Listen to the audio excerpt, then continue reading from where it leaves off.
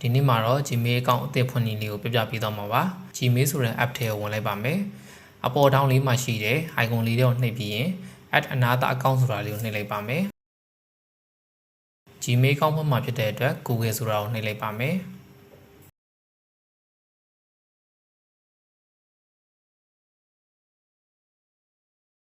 အကောင့်အသစ်ဖွင့်မှာဖြစ်တဲ့အတွက် create account ဆိုတာလေးကိုနှိပ်လိုက်ပါမယ်အဲဒီမှာကိုပေးချင်တဲ့နာမည်လေးကိုရေးလိုက်ပါမယ်ပြီးရင်တော့သူပေးထားတဲ့အချက်လက်ကလေးတွေကိုဖြည့်ပြီးတော့ next ကိုနှိပ်လိုက်ပါ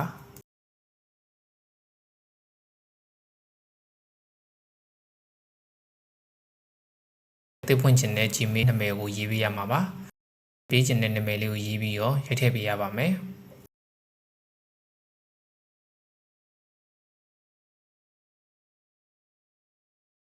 အကယ်၍နာမည်တူတာရှိနေတယ်ဆိုရင်တော့တခြားနာမည်ရိုက်ထည့်ပေးပါဒါမှမဟုတ်ကဏ္ဍတစ်ခုခုရိုက်ထည့်ပေးလို့ရပါတယ်ပြီးရင်တော့ password ရိုက်ထည့်ပေးပါအကောင့်အသစ်ဖွင့်လို့ရသွားပါပြီ Gmail အသစ်ကိုဖွင့်ပြီးသွားရင်မိတ်ဆွေတို့လုပ်ရမှာက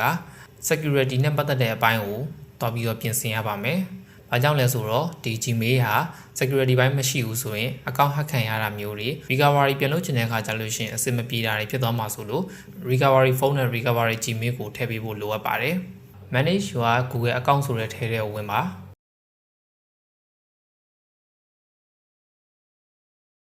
ပြီးရင်တော့ security tag ထဲကိုသွားပေးပါ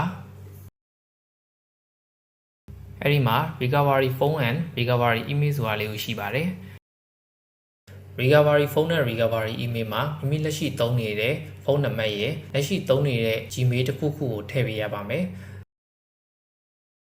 ဘာကြောင့်လဲဆိုတော့အခုလက်ရှိဖွင့်လိုက်တဲ့ Gmail အသစ်ကို recovery ပြန်လုပ်တဲ့အခါကျရင်အခုလက်ရှိထည့်လိုက်တဲ့ Gmail နဲ့ဖုန်းနံပါတ်ကအရေးကြီးပါလိမ့်မယ်။ဖုန်းနံပါတ်ကြားရောက်တဲ့အခါကျမှ password change တာမျိုး account ကိုပြန်ဆယ်တာမျိုးလုပ်လို့ရမှာပါ။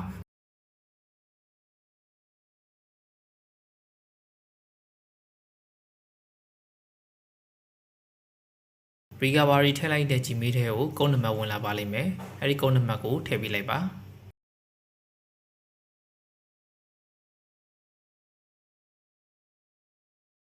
နောက်များမှာလည်းနည်းပညာနဲ့ပတ်သက်တာတွေ music video လေးတွေလည်းတင်ပေးဖို့ရှိတာကြောင့် channel ကို like and subscribe လုပ်ပေးကြပါဦးเนาะကျေးဇူးတင်ပါတယ်။